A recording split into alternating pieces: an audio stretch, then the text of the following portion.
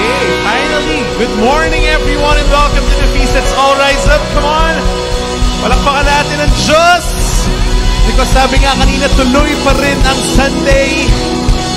No matter how turbulent, kahit gaano kagulo, madelay man tayo, pero ang totoo ay tuloy pa rin ang Sunday natin. Yes, you know, just like the gospel today is all about Jesus walking on water. And you know, in the gospel, yun nga, after they have fed, after ginawa nila yung feeding of 5,000 people, you know, the disciples were on a boat. And habang nagsisail sila sa kalagitnaan ng madaling araw, sobrang lakas ng alon. You know, just like our feast right now, inaalon rin tayo, but fear not, because yun nga, sa kalagitnaan ng pag-alon, sa kalagitnaan ng pagragasa ng mga waves sa dagat, Jesus was there walking on the water, telling the disciples that it's gonna be okay. And today I will tell you as well that it's gonna be okay. It's gonna be okay that, you know, we started a little bit late, but the truth is, Jesus is still here, yes?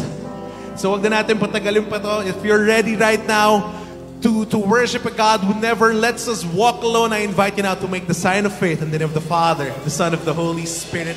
Amen. Father, praise and thank you for this wonderful day. No matter how turbulent, no matter how wild our circumstances are right now, we know that this is still going to be a victorious feast, Father. We know that you are still here in this place, for we know that in every problem, in every struggle that we have, that you are still walking with us, that you are still fighting our battles for us, that you are struggling with us. And so today, we would just like to focus our eyes on you once again, Jesus, and sing our hearts out to you, Father. Come on now.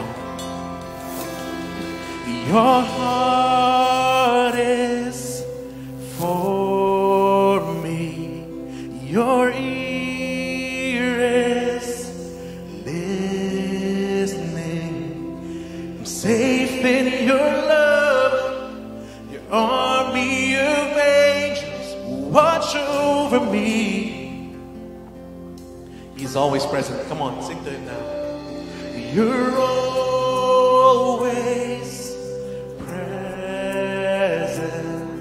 You're always with me. For all of my life, your favor has followed. You're my covering. And I have never walked alone. I've never been abandoned. You are my inheritance. You are my strength and shield, and I have confidence. You go before me. You're my deliverer. And I know I never walk alone. Yes, Lord, in full confidence, we sing this now. You're always faithful. You're strong and able. Lifting my head, in you I find help. You're my providence. Never walked alone, never been abandoned. You are my inheritance. You are my strength and shield, and I have confidence. You go before me. You're my deliverer. I know I never walk alone. Yes, Lord, we know that in every season, you have never left our sides. We know that you're always with us, God. That's why today we declare in full confidence that for every second, in every moment of our lives, you are here with us still, whispering to our hearts that you are good, because you're good, God. So we sing every hour, every minute. You've always been there. You were faithful and you always triumph, every failure, you were loyal to me. You were faithful, and you always... Come on, say it again. Every hour, come on. Every hour, every minute, you've always been there. You were faithful, and you always will be. Every trial, you were loyal to me. You were faithful, and you always will. For He's always faithful. Come on, say. You were faithful, and you always will be. You were faithful, and you always will be. I have never walked alone. I've never been abandoned. Come on, say it. You are my inheritance. You are my strength and shield, and I have confidence. You go before me. You're my deliverer, and I know I never walk alone. Come on now, give Him the clap offering. Praises be to God.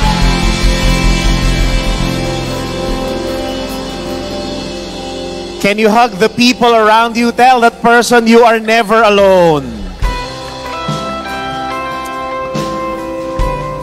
Amen. Amen.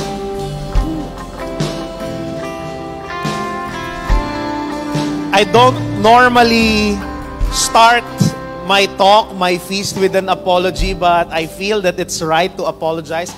We're very sorry we were running late. Na-late tayo ng 20 minutes. Tanong nyo sa akin, bakit? Kasi nasira po yung projector natin. Last week, tawag dito, kumukurap-kurap na, nagbabadya na. Akala namin meron pang buhay na natitira. Pero kanina nung binuksan, ayaw. So, by God's grace, nag-iisip kami paraan, nilipat dito yung TV, lilipat doon. Kasi yung bumbilya, pag bumili ka, next week pa makukuha. Hindi ka agad-agad. So we decided, alam nyo, napaganda pa. Bakit? Nagtanong kami dyan, buti may tindang projector. Mas mura ng konti pa. 28,000. Kaya ngayon, bago projector natin, mas malinaw pa kaysa sa last week. Gusto ko lang sabihin sa inyo, kanina, I'm so proud of our leaders and servants. Walang nagpapanik, walang nagagalit. Bakit? Alam natin, dito na kay Lord, laging gagawa niya ng paraan kasi hindi tayo nag-iisa. So why am I sharing this to you? Because some of you here right now, maybe something in your life bogged down. An area in your life has a huge problem. Tapos parang feeling mo, nasira lahat ng plano mo, nasira lahat ng timeline mo. But let me tell you this, there's no such thing as late. There's no such thing as accident in God's timing and plan. Because everything works for the good of those who love the Lord. Amen? Palakpakan niyo si Lord if you believe in that. Tapigin mo katabi mo, sabihin mo sa Kanya, God is never late. God is never late. Amen. At ito ang good news. Tanong nyo sa akin, tuloy pa rin ang feast, tuloy pa rin ang pagpapala, tuloy pa rin ang pagmamahal ni Lord for today. Are you ready for more of God's surprises today? Let's come into prayer. Let's pray our favorite prayer here at the feast. Together, let's make the sign of our faith. In the name of the Father, and of the Son, and of the Holy Spirit. Amen. Lift your hands and pray this with me all together. Today, I receive all of God's love for me. Today, I open myself to the unbounded, limitless, overflowing abundance of God's universe. Today, I open myself to God's blessings, healing, and miracles. Today, I open myself to God's Word so that I become more like Jesus every day. Today, I proclaim that I'm God's beloved, I'm God's servant, I'm God's powerful champion, and because I am blessing the world. In Jesus' name, amen. Let's honor God's Word. Thy word is a lamp unto my feet and a light unto my path. Brothers and sisters, I welcome you to the continuation of our series, Dear Prodigals. Sabi niyo nga, Dear Prodigals. Again, hinihimay natin yung book of Deuteronomy. Nasa 5th book na tayo ng first 5 books of the Old Testament of our Bible. And today ina-unpack natin yung book of Deuteronomy. And talk to is entitled Remember, which happens to be our one big message as well. Tapikin mo katabi mo, sabihin mo sa kanya, Remember. According to scientists and psychologists, meron daw 4 na katangian, characteristics ang mga tunay na magaganda at pogi. Alam nyo ba yon? Ano-ano yung mga 4 na yon? Una, mahiyain. Tingnan mo nga yung katabi mo, mahiyain ba yan? Ayan. Pangalawa, ito, mahilig mag-sorry. Alam mo yung mga taong ganyan, sorry yung konting lang, sorry ganyan. Pangatlo, makakalimutin. Tingnan mo nga yung katabi mo, makakalimutin ba yan? Yan, lagi nakakaiwan ng salamin at sandito pala, yung cellphone, nasa bulsa pala. Di ba? Pang-4,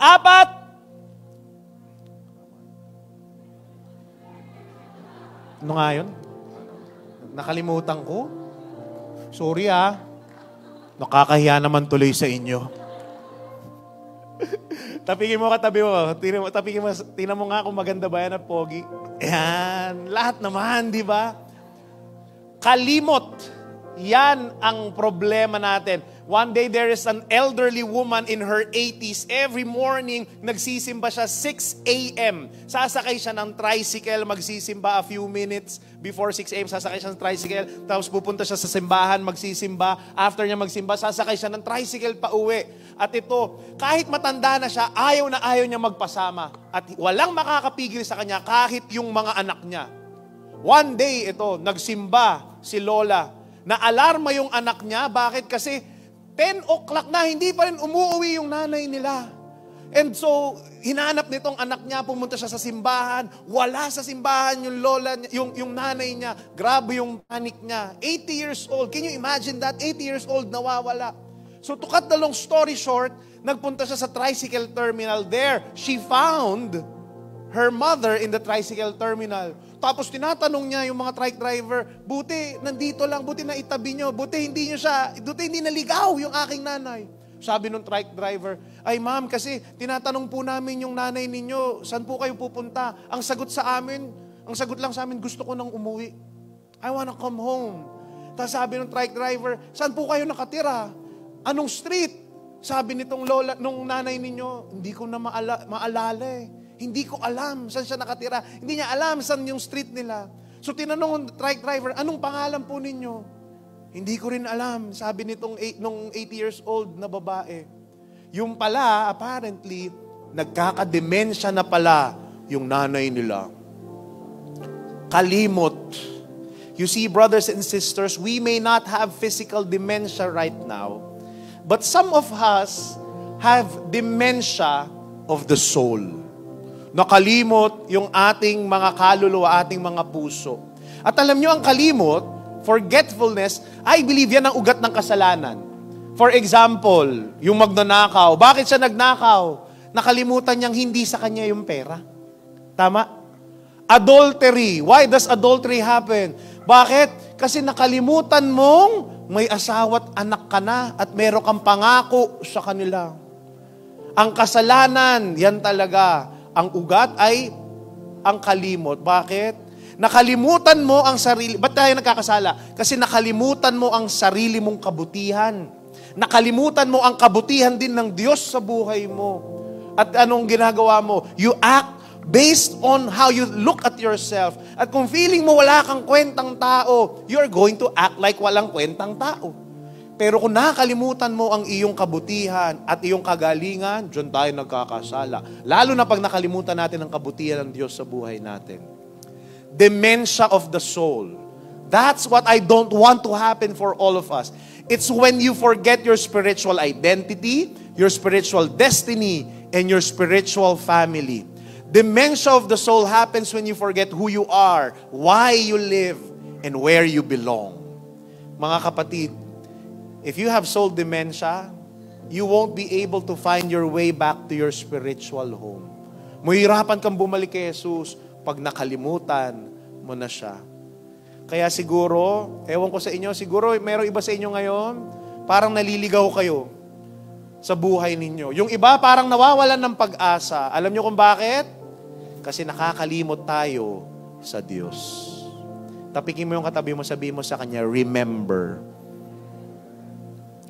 Today, God will make you remember who He is and everything that you need to remember in order for you to move forward to what God has prepared for your life. Are you ready for this? If so, can I invite you into prayer? Close your eyes, bow down your heads, put your hands toward your chest, and say this prayer after me. Jesus, thank you for bringing me here every Sunday to help me remember my identity, my destiny, and my spiritual family. Remind me that I'm never alone in this journey because I always have you. I declare this in Jesus' name. Amen. Thy word is a lamp unto my feet and a light unto my path. Give the Lord a big hand. Praise His name. Thank you, Jesus. Hallelujah. As you sit down, tell the person beside you, remember God's goodness.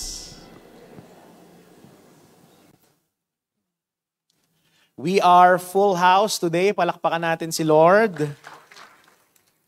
I would also like to greet all those who are watching online. Yung mga nasa online, siguro nagtataka kayo bakit wala pa yung feast. We are here. Na-late lang po ng konti.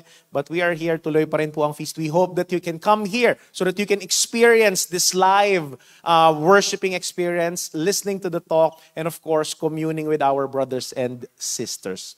Ayan. Dear prodigals, we are still in the book of Deuteronomy. And nasa bandang umpisa pa lang tayong pinag-uusapan natin. Last week, I've talked about yung overview ng Deuteronomy. Today, we are going to talk about the first part of Deuteronomy. You see, yung Deuteronomy, it picks up where the book of Numbers ends. Kung saan nagtapos yung Numbers, dun ang umpisa ng Deuteronomy. And here's the scenario. Dito sa Deuteronomy, the Israelites, along with Moses, are about to enter the promised land. So I want you to imagine si Moses, he's standing in front of the Israelites and they are standing at the doorstep of the promised land. Malapit na sila, hahakbang na lang. And you see, si Moses, before they come into the promised land, he is about to give a really long lecture, mga paalala. In fact, the author of Deuteronomy starts by saying this. Basahin natin. Sabi dito, normally it takes only 11 days to travel from Mount Sinai to Kadesh Barnea, going by way of Mount Seir. But 40 years after the Israelites left Egypt, on the first day of the 11th month, Moses addressed the people of Israel, telling them everything the Lord had commanded him to say.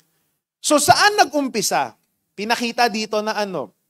The author of Deuteronomy reminds them of the unbelievable failure and catastrophe that happened to the parents of the upcoming Israelites. Tandaan nyo, 40 years ago, God saved them from Egypt going to Promised Land. At sinabi dito, 11 days lang dapat Pero inabot ng 40 years. Bakit? Kasi ang tigas ng ulo nila.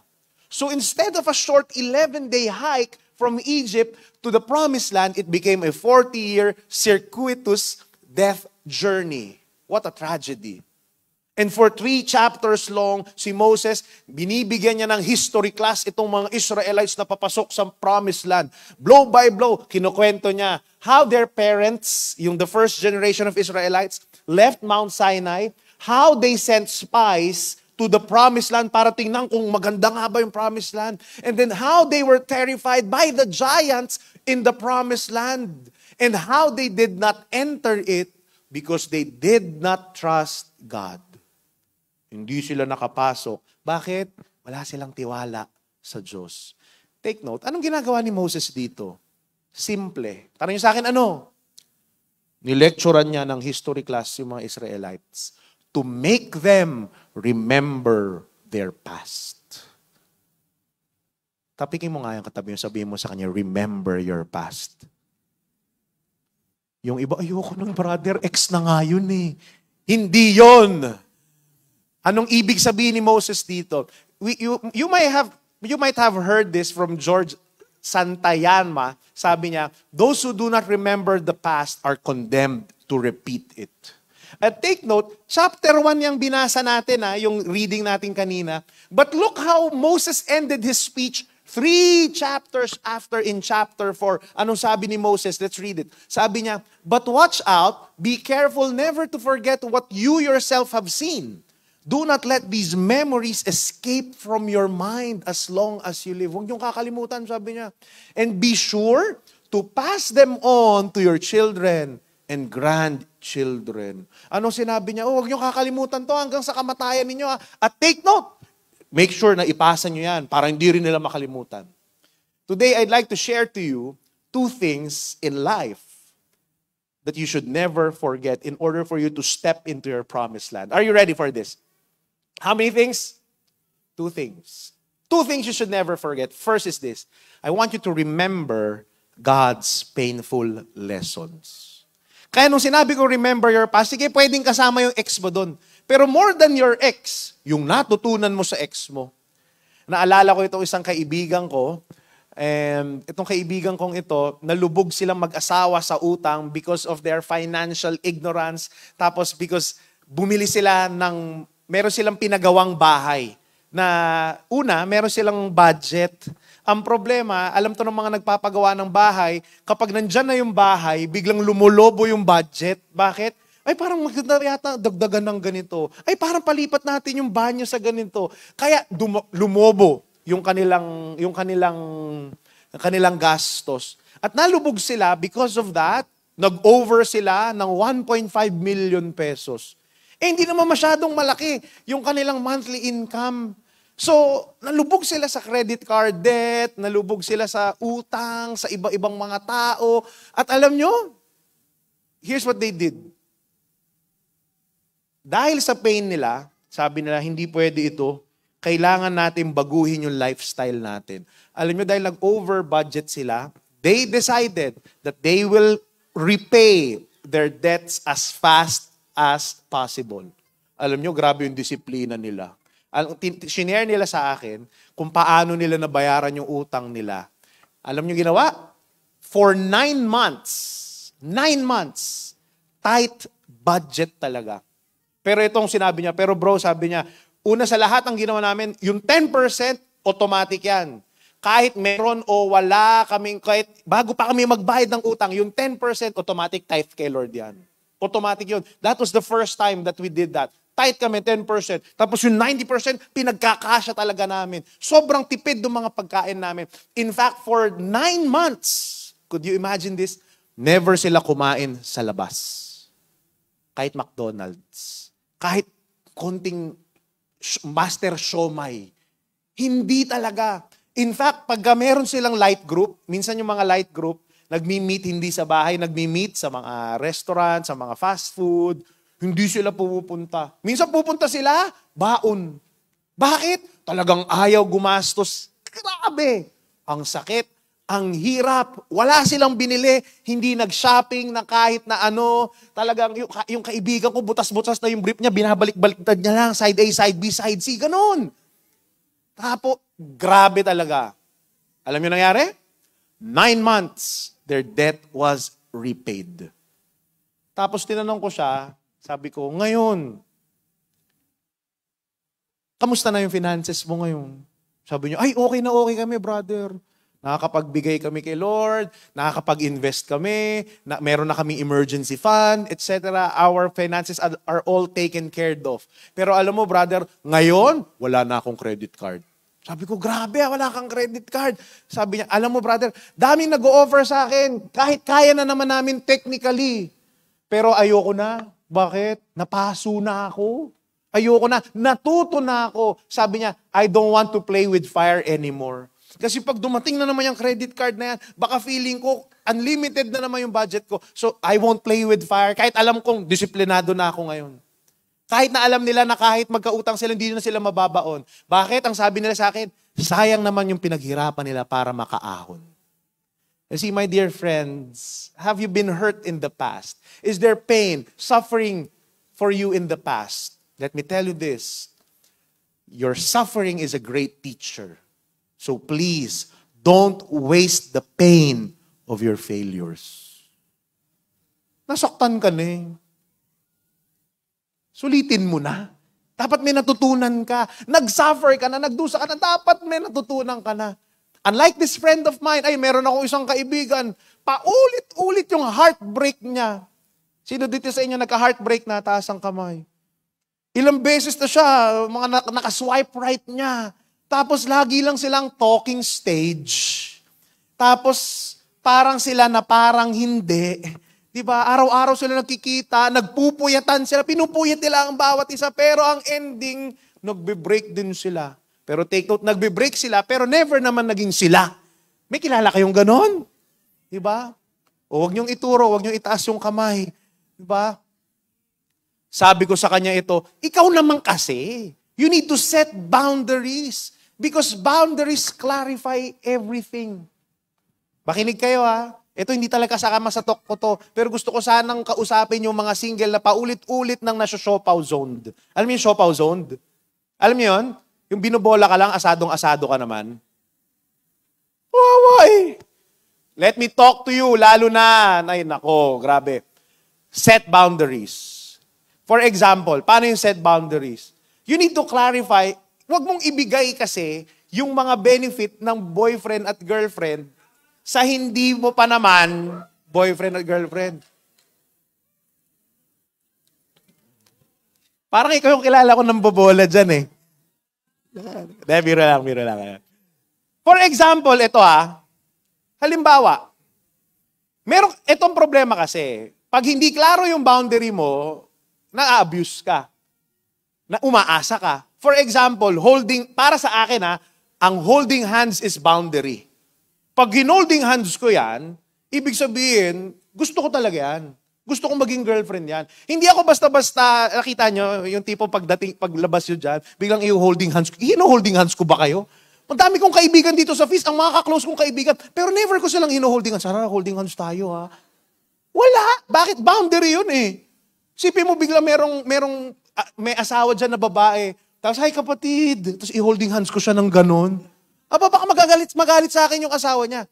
Pero ito ang problema. Para sa ibang lalaki, hindi boundary yun.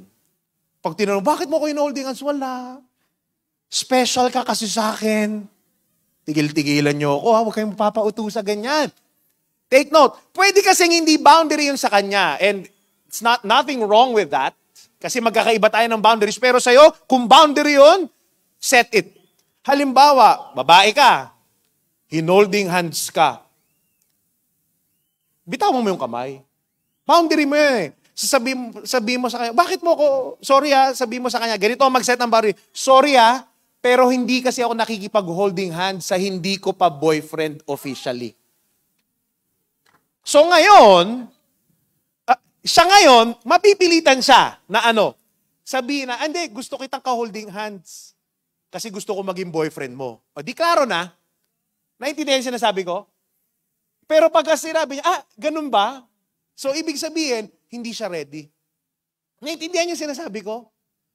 Bakit? Para hindi ka nasasaktan. Ngayon, this guy will man up and bakit? Kasi meron kang boundaries eh. So ngayon, the next time na hinawakan, edi biruin mo, hinawakan mo, gusto mo maging boyfriend ko, no? Tayo na ba? Bakit mo hinahawakan yan? Kung umamin bigla, talagang love kita. Gusto kong maging tayo. Di tapos na. Wala nang hulaan. Am I making sense here? Simple-simple kasi kung ano. Ewan ko ba? Bakit? Gusto nyo pa suspense eh. Tapos sa dulo, iiyak-iyak kayo. Di ba? Niloko niya ako. Pinaasa niya ako eh. Sinisisi mo yung nagpaasa sa'yo. Ikaw naman may kasalanan. Tama o tama? Oo. Yan lang, gusto ko lang sabihin. And this friend of mine, paulit-ulit, ayaw mag-set ng boundaries. Remember this.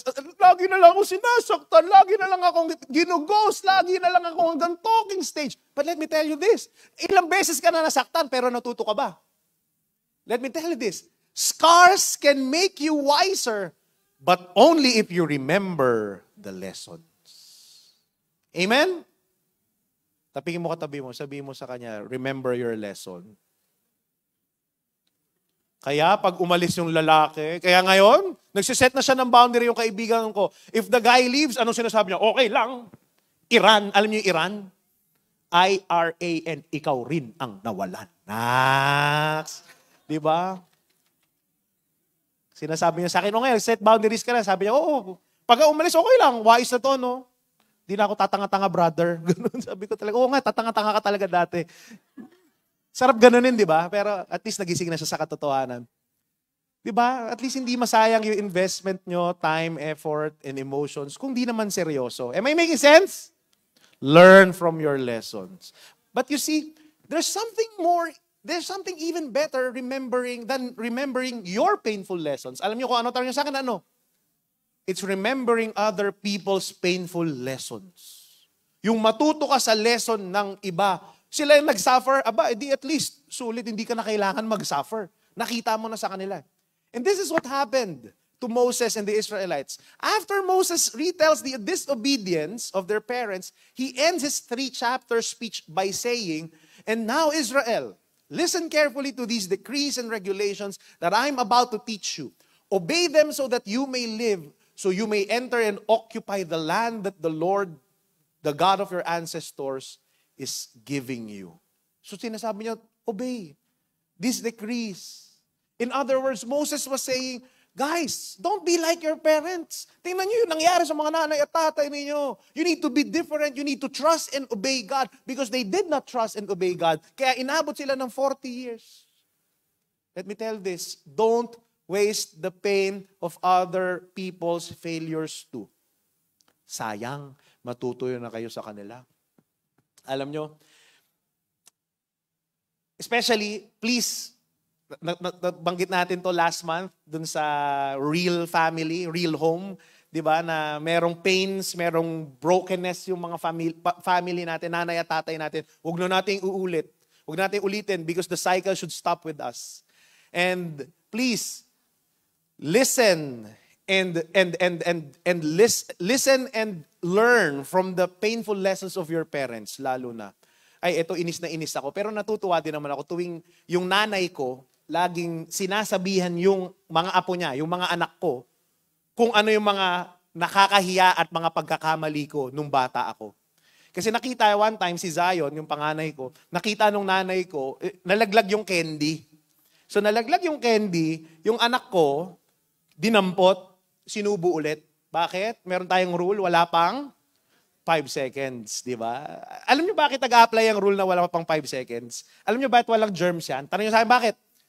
Kasi na-imagine ko lang, pag nalaglag yung candy o yung pagkain, alam niyo yung mga germs nagugulat, ano ba yan? So ano ba yan? Ay, pagkain pala, after 5 seconds, doon pa lang nila ma-realize, ay, pagkain pala yan, tsaka nila lalapitan. So kaya, merong 5-second rule. So anyway, yung nanay ko, nakita niya yun. Kinain nung anak ko. So pinagalitan niya, sabi, ay naku, para kang yung tatay mo. Alam mo ba yung daddy mo nung bata siya? Nandun kami sa isang Chinese restaurant sa Binondo. Tapos maya-maya, biglang umunguya ng chewing gum, bubble gum. Wala naman kaming bubble gum na binibigay sa daddy mo. Tinanong ko siya, saan galing yung bubble gum? Sabi ng daddy mo dito, sa ilalim ng mesa.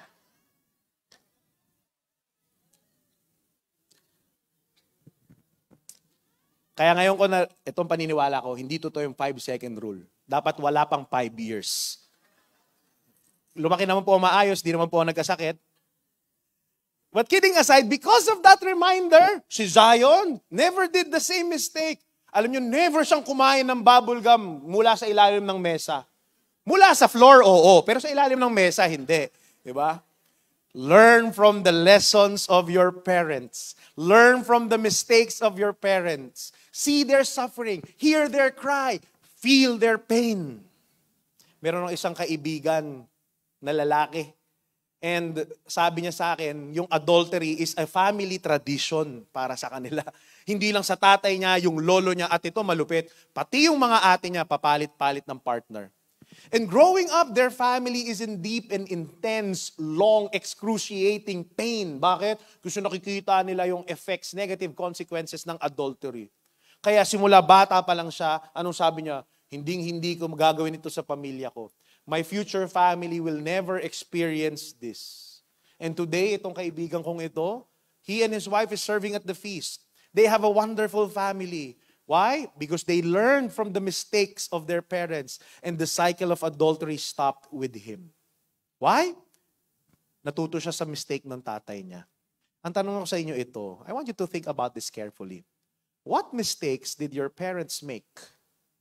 Learn from their sins and say, never again. Isipin ninyo.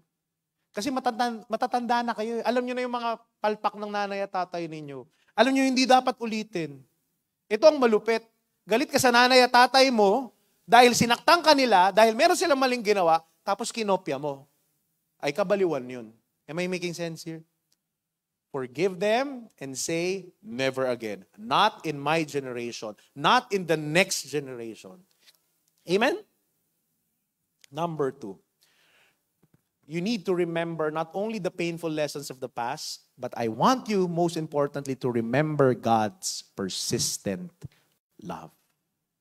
Alam nyo, si Moses, he talks about God's relentless favor and goodness amidst their stubbornness. Sa gitna ng kanilang katigasan ng ulo. Sabi ni Moses dito, but even after all God did, you refuse to trust the Lord your God, who goes before you, looking for the best places to camp, guiding you with a pillar of fire by night and a pillar of cloud by day. Anong sinasabi ni Moses dito sa new generation of Israelites? Sinasabi niya, nakita nyo, despite all their disobedience, God still led them to the promised land. God appointed their leaders. God won victories against their enemies. God prepared the land by dividing it among themselves for each tribe to flourish. In other words, hindi pa ba naman pagmamahal ang tawag dyan? Ang tigas na ng ulo mo. Ilang beses ka nang lumayo kay Lord. Hinahabol ka pa rin ni Lord. Ginaguide ka pa rin ni Lord. Kung di pa ba naman pagmamahal ang tawag dyan? I don't know about you.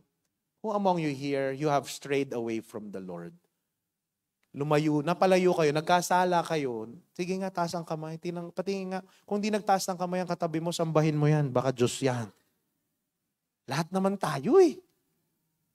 Pero tingnan nyo, sa kabila ng kamalian natin, sa kabila ng kasalanan natin, ang Diyos patuloy at paulit-ulit tayong minamahal at binibigyan ng grasya at pagpapala. Diba? Tingnan mo yung katabi mo. Minsan ang sama ng ugali niyan. Pero tingnan nyo, araw-araw pa rin siyang ginigising ni Lord. Araw-araw pa rin siyang pinapakain ni Lord. Grabe nga eh, sobra nga yung pakain sa kanya ni Lord eh. Am I making sense here? Even if we are unfaithful, God's love is relentless. And you see, my dear friends, never forget the mercy and miracles of God in your life. Because when you forget God's persistent love, you become ungrateful. Sabi nyo nga, ungrateful. Again, it's important to remember God's persistent love. Pasalamatan nyo ang Diyos. Kasi kapag nakalimutan mo kung gaano ka kamahal ni Lord at kung gaano kabuti ang Diyos sa iyo, you start to become ungrateful. And when you are ungrateful, anong tendency mo? Yumayabang ka. You become entitled. Bakit? Kasi feeling mo, lahat ng magagandang nangyayari sa buhay mo ay dahil sa kagagawan mo. Am I making sense here? Feeling mo, ang galing-galing mo. Bakit? Later on, dahil sa sobrang bilib mo sa sarili mo, you start to think na hindi ko naman pala kailangan si Lord. Di na ako mag-feast. Di na ako magsisimba. Di na ako magdadasal. Kasi grabe yung blessings ko. Bakit? Kasi ang galing ko. Pero you see, the only way to counter that is to remember God's goodness. That everything that you have right now, yes, ikaw ang nagtanim, But the results, it's always up to God. Ang sipag mo sa trabaho mo, sipag mo sa karir mo. Take note, teka lang, sino ba nagbigay sa'yo ng karir na yun? Sino ba nagbigay ng trabaho na yun? Di ba si Lord? Yes, nagtanim ka. Pero all the results, it's outside of your control. God made it bear fruit. And therefore, wala tayong may pagyayabang. That's why remember, God's persistent love, God's goodness. Huwag mong kakalimutan ng Diyos. Yan ang problema natin eh. Pagka-bless tayo, biglang nakakalimutan natin si Lord. Kasi feeling natin, ako to, this is me. Akong gumawa nito, grind ko to. Ay, grind mo yan. Pero hindi si Lord ang nag-produce. Pero si Lord ang nag-produce ng results, rather. Am I making sense here? Yun ang problema. You start doing things on your own, sumasariling diskarte, ayaw mo na makinig kay Lord, and then boom! One day, you are already far away from God. And you are already sinning big time.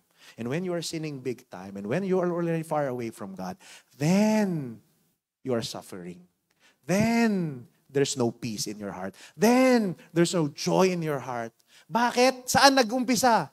Kasi nakalimutan mong pasalamatan ang Diyos sa kabutihan at pagmamahal niya every single time. Amen? Question. How do you fight this social dementia? Paano tayo makakaiwas sa ating pagkakalimot? Ito ang sagot. You need to establish rituals to remember God's lessons and God's love. You need to establish a soul rhythm na lagay mo sa schedule mo para ma-remind ka kung sino ka bang talaga, your spiritual identity, your spiritual destiny, and your spiritual family. Kasi pag meron kang fixed pattern, fixed habit sa iyong buhay, you don't leave reflection, you don't leave meditation to chance, or you don't leave reflection to your mood or your busyness or depending sa availability na schedule mo. Kasi if you don't have rituals, ano nangyayari? Naaalala mo lang pasalamatan ng Diyos when you feel like it. O kaya kapag kung kailan lugmok na lugmok ka, tsaka mo maalala, ay, nasan nga ba si Lord sa buhay ko? And believe me, in the chaotic distractions of life, you will forget God's lessons and God's love rather quickly. Kaya itong importante. It's important to make important things automatic. Tapikin mo katabi, sabihin mo sa kanya, make it automatic. Lagay mo sa sked mo. Make it a habit to remember God's love and the lessons of God. Make it automatic. And today, I'd like to share to you two kinds of rituals. Personal rituals and communal rituals. Personal rituals, ito yon. How do you remember God's love and God's goodness in your life? Sa akin, sa buhay ko, I do it through meditation and prayer. Every single morning, I pray to the Lord. Minsan, naglalakad pa ako sa labas, dala yung aking companion, and Didake, and Sabbath. Meron po tayong mga devotionals. Yan pong companion, dyan po nakasulat yung readings for the day, based on our Catholic calendar. Tapos yung Sabbath, yan po yung homily nung pare, dun sa gospel of the day. And then yung Didake, those are reflections of lay people. Mga katulad ko, nandyan ako sa Didake, on the reading for the day. On one part of the reading of the day. Tapos dun, inire-recall ko lahat, kabutihan ng Diyos. Ano bang gustong sabihin sa akin ni Lord? When I pray, when you meditate. Ang tanong ko sa inyo ito, where is God in your schedule? Hindi kailangan 30 minutes, hindi kailangan 1 hour. You can start by 2 minutes. Just pause. Thank the Lord for the blessings. Pwede, pagka medyo nasasanay ka, nabibitin ka na sa 2 minutes, gawin mong 5 minutes. Pagka nabitin ka na sa 5 minutes, ayan na, labas mo na yung Didake, companion, gabay. By the way, yung Didake, companion, gabay, hindi nyo kailangan bayaran yan. Meron po tayong Feast app. Pwede nyo pong i-download yung Feast app. Libre po yun. Kung gusto niyo ng Feast app premium, yun, may konting bayad. Pero yung companion, Didake, Sabbath, libre po yan sa Feast app. Kaya mamaya download nyo na. Hanapin nyo lang sa Google Play Store, tsaka sa App Store. Merong Feast app tayo. Libre. It will aid your prayer time. Amen? Sa gabi, 2 beses po ako nagme-meditate. Una sa umaga, sa gabi. Sa gabi, alam nyo paano ako nagme-meditate? Lumuluhod ako sumunggo. Ganun. Tapos sa harapan ng crucifix. Hindi, biro lang. Alam nyo, pagka nakahiga na ako, nakakumot na. Yun ang last thing na ginagawa ko bago ako matulog. I do a mental scan of my day from morning to lunchtime, from lunchtime to afternoon, from afternoon to evening. Tapos, anong ginagawa ko? Sina-spotlight ko yung key blessings and key learnings for the day. Ano kasi sinasabi sa akin ni Lord dito? Uy, thank you, Lord. Yun. And then, I remember God's love and God's lessons. Hanggang sa makatulog ako. Minsan, ito hanggang lunchtime lang inaabot ng recalling ko. Bakit sobrang pagod ko? Okay lang. Don't be too hard on yourself. At least you slept in God's presence. At ang huling inisip mo bago ka matulog ay yung kabutihan ng Diyos sa buhay mo. Amen? Simple lang, di ba? Kaya mo yun? Kaya, di ba? Tapikin mo katabi, sabi mo sa kanya, kaya mo yun. Second is this, communal rituals. Let me give you a simple one. Ano yung communal rituals? As a family, during your special family meals, ask each other, how has God blessed you? And ask each other, what has God been telling you recently? What is God teaching you recently? And then listen to one another, share. Kami nung medyo matatanda na kami, lalo na nung mas matatanda kami, kami ritual yun sa family namin, tuwing nagdi-dinner kami, lalo na pag Sunday dinner noon, nag-uusap-usap kami. O, kamusta ka na? Anong tinuturo sa'yo ni Lord? We share with one another and then we listen to one another. Pero ito ang gusto kong sabihin sa inyo. Don't just end with your family. I want you to go beyond it. Ito yung binanggit ko a few weeks ago, yung real friends and real church. Because every family needs a strong family of families. Yung pamilya ninyo, huwag kayong matitigil, huwag kayong makukontento sa pamilya nyo lang. Dapat yung pamilya ninyo, part ng isang mas malaking pamilya. Because it takes a village to raise a child. Nabanggit ko na yan last time. And it also takes a village to raise a family. And to strengthen marriages and train our children in the ways of the Lord, kailangan natin ng loving spiritual community. Kaya nga, thanks be to God, we have the feast. Thanks be to God, we have the power of small groups. Meron po mga small groups dito, of our light groups ang tawag natin. At alam nyo, dito, when we share with one another, kung paano tayo binibless ni Lord, at kung ano yung mga tinuturo sa atin ni Lord, we learn from one another. One of my most favorite LGs and group is my own council. Ito po ang mga top leaders ng Feast Bikutan. Ayan po. Kung titingnan po ninyo, mix of young people and old people. And I love it. And I love it. Bakit? Alam nyo, magugulat ka, we really connect with one another. Hindi lang kami nagtatrabaho kung anong kailangan gawin dito sa Feast. We share about each other's lives. At nakakatuwa, yung mga older couple, sila Tito Guy, Tita Daisy, Tita Minnie, Tito June, sige, sila na dinefine ko, sila talaga yung older couple. Sige. Nakakatuwa kasi kaming mga, dahil mas matatanda na sila, actually kasing edad sila halos ng mga nanay at tatay namin, nung mga younger generation.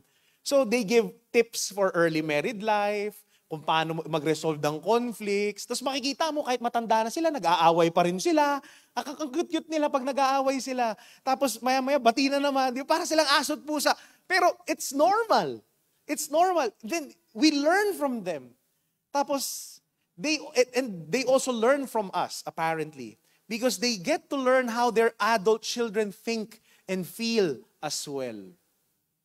Alam nyo, yung mga, di ba kapag ka medyo adult children ka na, you are establishing your independence. Ayaw mo minsan masyadong umaasa sa nanay at tatay mo. Bakit? Gusto mo, you want to prove na hindi, kaya ko to. Ayoko nang abalahin yung nanay at tatay ko.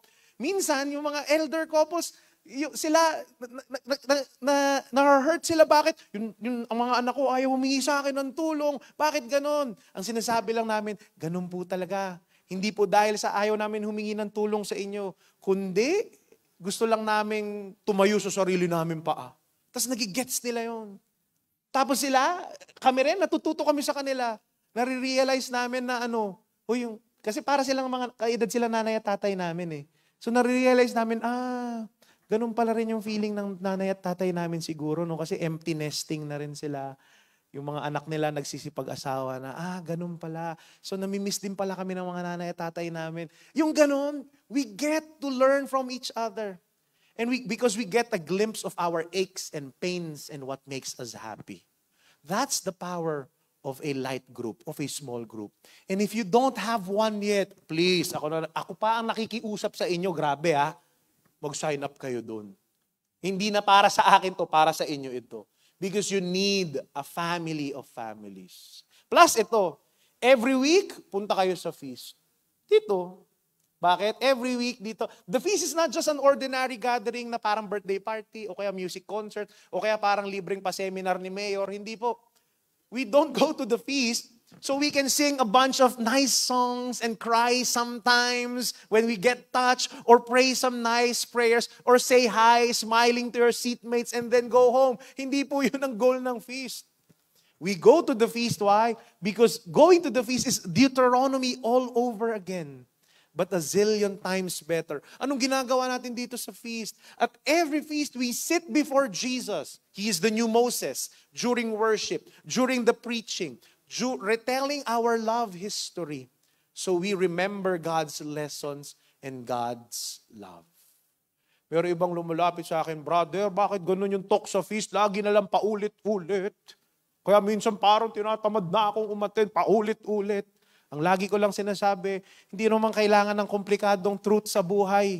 Ang kailangan mo paulit-ulit na paalala. Kasi nga, makakalimutin tayo. Am I making sense here? Yung mga sinasabi ko, alam nyo na naman to eh. Pero it's good to be reminded. At pag nagpupunta kayo dito sa feast, naaalala nyo ang kabutihan ng Diyos sa inyo. Amen? Sige, palakpakan natin si Lord. Huwag kayo Here at the feast, para tayo yung mga Israelites, we too are standing at the doorstep of the promised land. We too are living in the middle. One foot in the wilderness, another foot already in God's house. Because every time we go to the feast, we get a glimpse and a taste of heaven. Kaya huwag kang papayag na uma-absent ka sa feast. Siguin mo katabi mo, sabi mo sa kanya, huwag kang a-absent.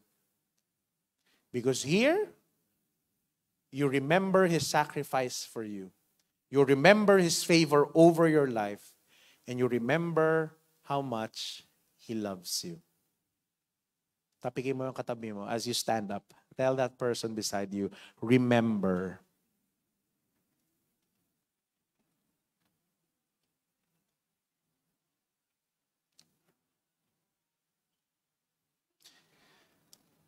As you are standing up, I want you to answer these two questions.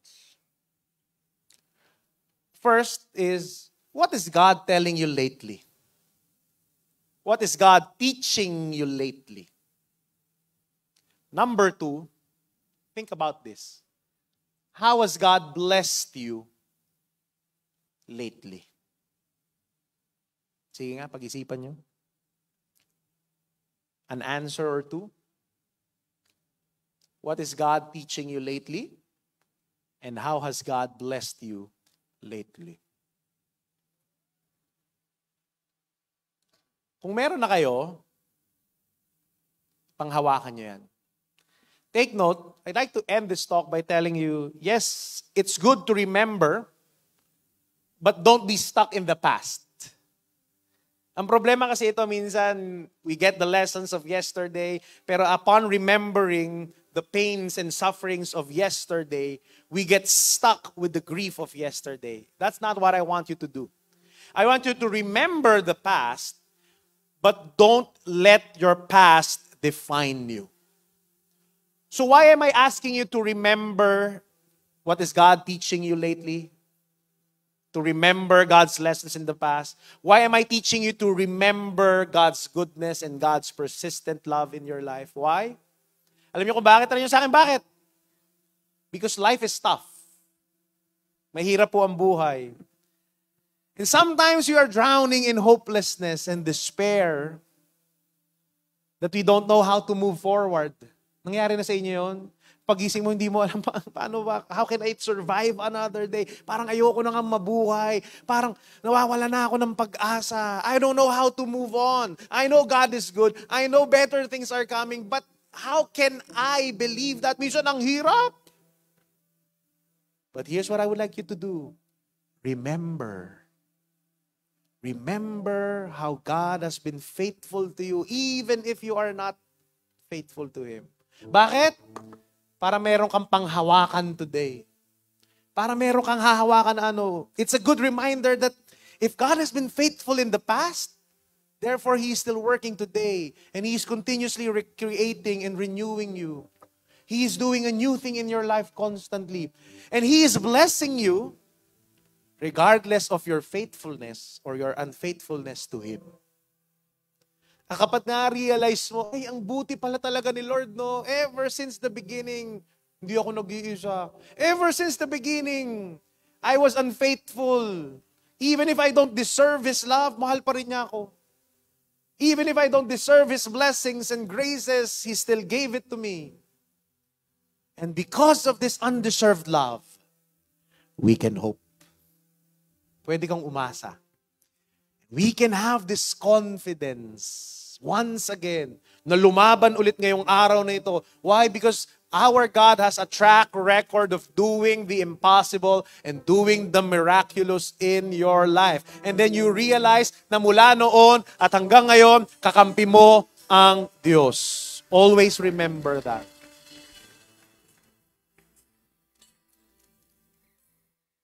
Remember God's relentless love for you. Can I invite you into prayer? Close your eyes, bow down your heads. Lift your hands like this if it's comfortable for you.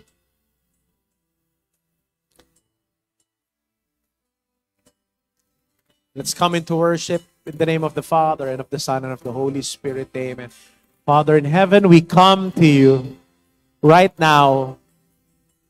And we want to remember your goodness. Thank you, O Lord, that despite of our unfaithfulness, despite of our sins, despite of our unworthiness, you have still been faithful every single day, O God.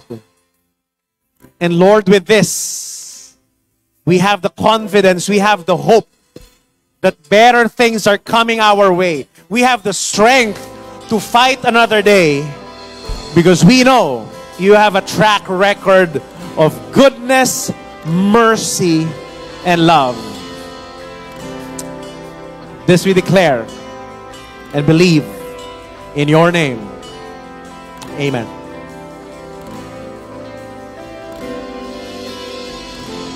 Every hour, every minute, you've always been there. You are faithful. And you always will be. Come on, lift it up. Every trial, every failure, you are loyal to me. You are faithful, and you always. Come on, say it again. In every hour, every minute, you have always been there. You are faithful, and you always.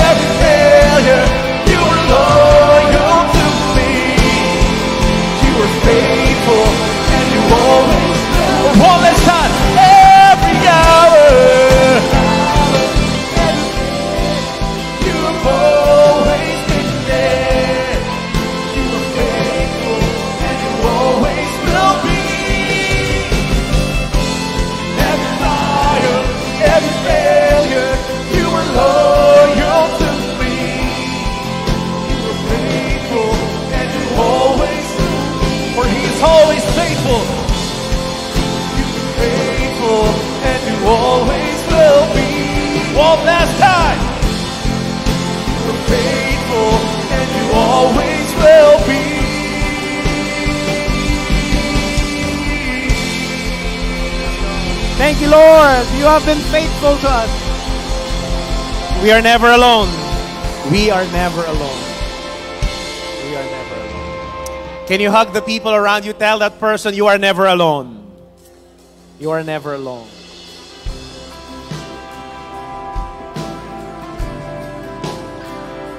Remember God's goodness in your life. Amen? Were you blessed today? Can we give the Lord a big hand once again? Thank you, Lord. Thank you, Jesus. Amen. Hallelujah. Please be seated for a while we go into our giving. Before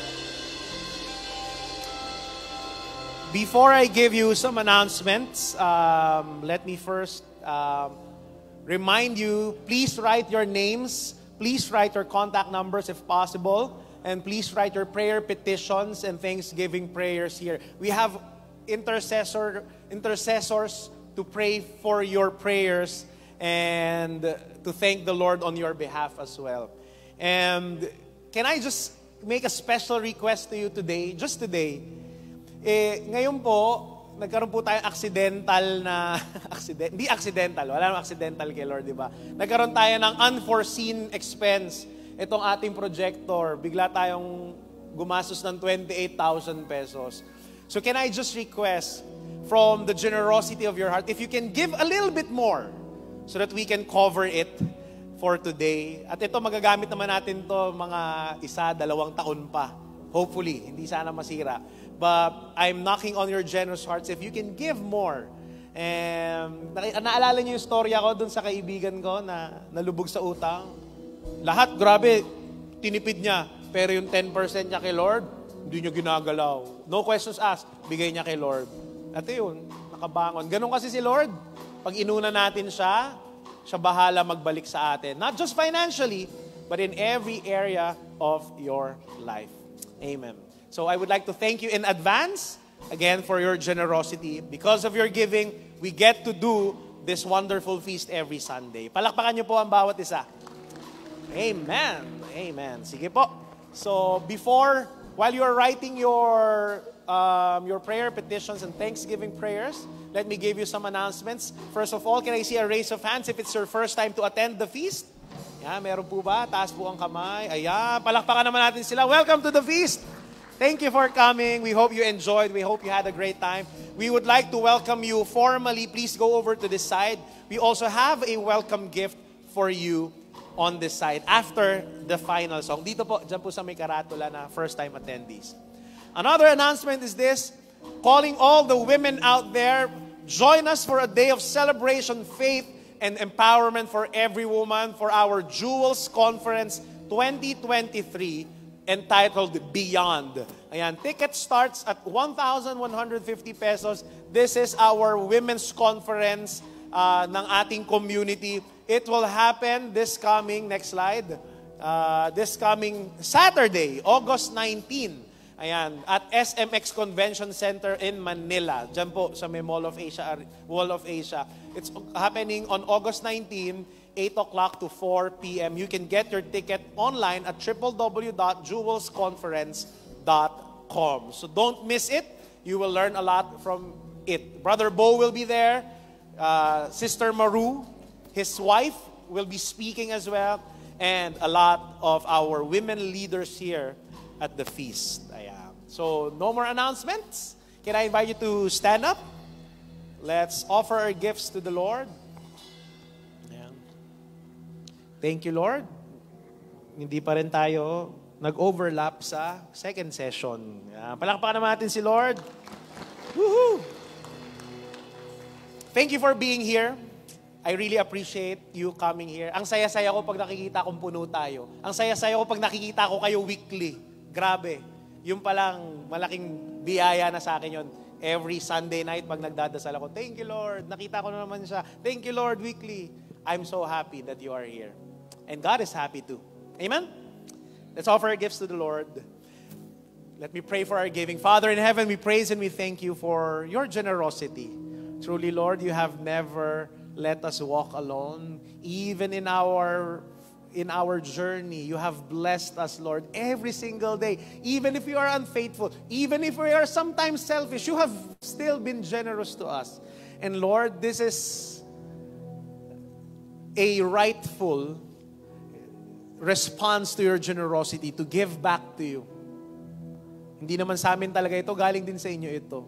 Binabalik lang namin because that's what you deserve. And Lord, I pray that you use this gift so that more people will meet you and encounter you here at the feast. Also, Lord, I pray that you give this back to your faithful, generous people 100-fold. All these, Father, we ask and pray and claim in Jesus' name.